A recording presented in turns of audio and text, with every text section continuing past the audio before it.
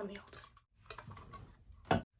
Okay, welcome back to my channel. I am the Woodland Witch, and today we're going to talk about tools in my folk magic and witchcraft practice. It's been a couple weeks since I put a video out, and I appreciate you all being so patient with me as I celebrated my birthday. It has also been a big week for my business, Folkcraft and Flora Apothecary. I have officially opened shop and launched my simmer pot blends. You sold me out in a day, so thank you so much for the support. If you are interested in ordering my simmer pot blends, those will be linked down below. I do have them up for pre-order right now. I'm so happy and thankful for the support I've received, and I'm so glad that you love these blends as much as I do. So in my folk magic practice, I tend to use tools that are readily available. That's what my ancestors did, and I've really challenged myself as of late to do the same. That's not to say I don't love my tools, because I do. But like I said, I've really challenged myself to try and look in my area and find things that are readily available, whether that's local plant allies, thread, coins, rocks. I've also tried to utilize things that I use in my home already, and I'll get a little bit into that later. So the first tool I want to talk about is my besom. I crafted my besom in Salem, Massachusetts. Brooms and besoms were a common household staple, so they would often be used for magical purposes. We're going to keep it PG-13 maybe on this channel, so I'm not going to get into the whole history of spirit flight with the broom. If you want to look that up on your own, feel free. But I do use mine for spirit flight when I am meditating and trying to connect with my guides. It's kind of a grounding element and something to keep me tethered. Because brooms were such a household staple, they actually found them in Europe, where they had compartments carved out where they would hide oils, herbs, feathers, flora, and it was actually their way of enhancing power into the broom. Brooms can be used to cleanse a space. I have one that I use to sweep negativity away from the door. I keep one also by my door. I have it bristles up to keep any negative energy out. In my besom, I have crow feathers to honor our maligna.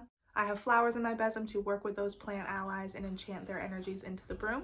I also keep a small besom on my altar to cleanse the space and cleanse my hands when I am doing any workings. They're also good to keep away nightmares, so I keep one under my pillow as well.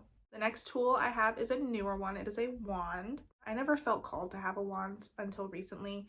I actually got this for my birthday in Salem, and it's been a pretty big game changer in my practice, I think. I had been into this shop like 50 times, and I went for my birthday with my husband because he had never been to Salem, and when I walked in and I saw this, I had to have it. The top of the wand is a carving of a fox. The fox is very symbolic in my practice. In Celtic lore, foxes are seen as very adaptable, very cunning, very quick on their feet.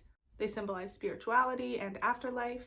I had a Reiki session done when I was pregnant, and in the session, the practitioner opens themselves up to receive any messages from your guides that you may need to hear. So as I was hearing these messages back from the practitioner, they had said they had a very clear vision in their mind of me and my daughter, who was unborn at the time, sitting in a meadow, surrounded by fox spirits. So this wand called to me. I think I just hadn't found the right one yet. I use it to channel energy to a specific working, and that's honestly really helped me. I tend to get really frazzled, and so having something to channel my energy into, to focus that intention on a working, a good chunk of my practice is done by word of mouth. So when I'm speaking these intentions and being able to enchant this energy into the wand towards a specific item that I'm trying to enchant or work with has been super helpful. I use it to cast circles around a working for protection. And like I said, having something to focus my energy into and channel into has been really helpful. This next tool is kind of fun. I do a lot of kitchen witchery. I've talked about my simmer pots. I am big on mundane magic and incorporating magic into the things that you're doing every day. So this is my spoon. I use this when I'm cooking to enchant my meals and add a little bit of magic to anything I'm cooking. It has the symbol of the pentacle on it, which I usually trace in my simmer pots to set that intention. So I think it's really great for cooking. It's already engraved in there, so I don't even have to do the trace if I don't want to. And I was using other cooking tools before, but I think it's really helpful, especially for someone who does a lot of mundane magic and kitchen witchery, to have a specific tool that you enchant with the intentions that you're trying to set. So as I said before, folk practices were heavily influenced by tools that were readily available.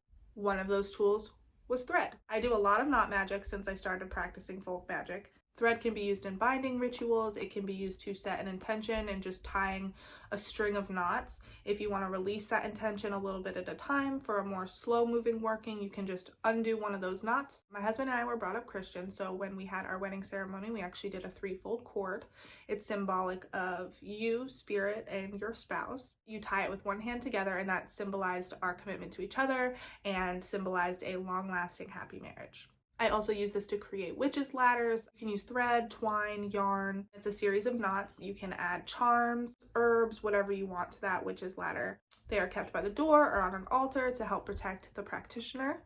I like using red thread. It's very common in the folk practices that I study. They would take rowan twigs for protection and tie it with red thread because red is also a symbolic color of protection. In Scottish folk magic, when they were thought to receive the uncanny eye or the evil eye, they would take a thread to it. They would tie red thread to the afflicted area if someone had fallen suddenly ill, if milk production was slow in livestock, or if wells were drying up, they would tie the thread to that area. And once they felt that the thread had absorbed the curse, they would take it down, cut it up into pieces, and bury it. This is something I do in my practice when I feel that negative energy and feel that evil eye on me. And it is thought by cutting and burying this piece of thread that the curse is simultaneously destroyed. The next tool is my mortar and pestle.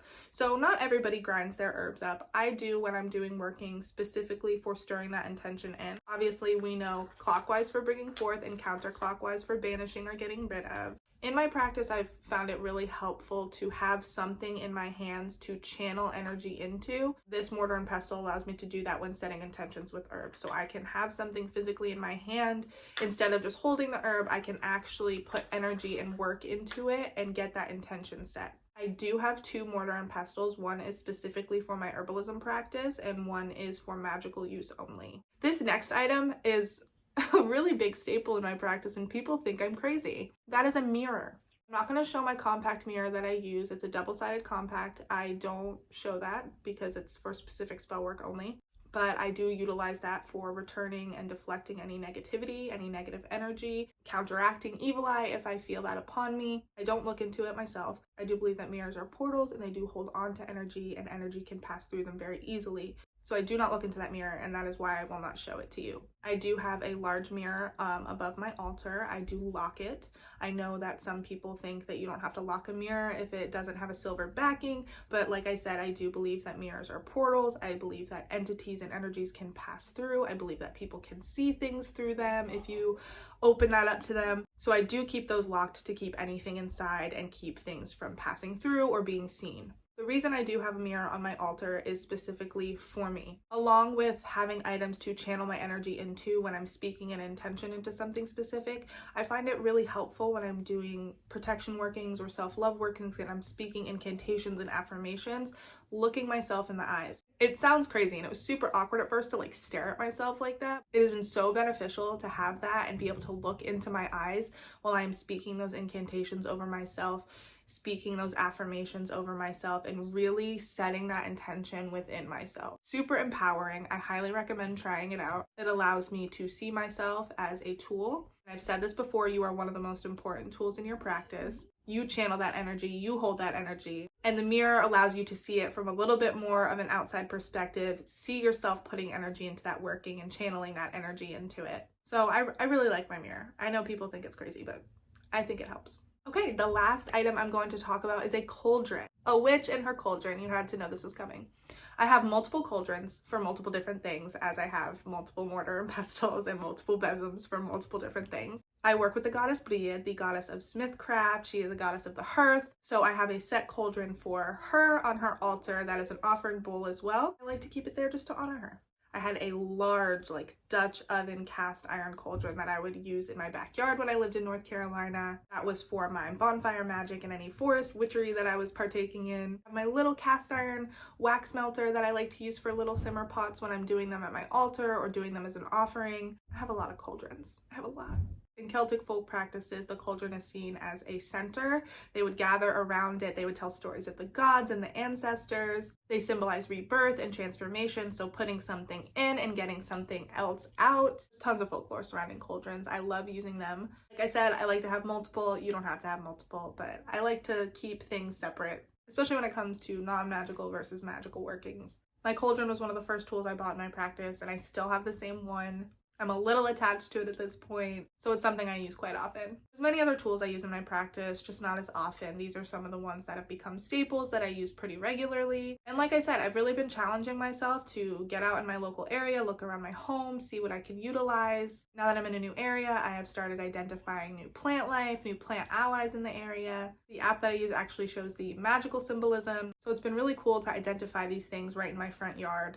I'd say the plants in my yard right now symbolize 90% of the intentions that I'm trying to set. So I challenge you, as always, to look and see what you can find, see what you can utilize in your area. I am big on utilizing what you have and making your practice adaptable for whatever stage of life that you're in. You don't have to spend a lot of money. I acquired these things over time, and some of them I wasn't really ready to use yet or open to using until this point. I hope that you enjoyed this video of tools in my folk and witchcraft practice, and I will see you all in the next one.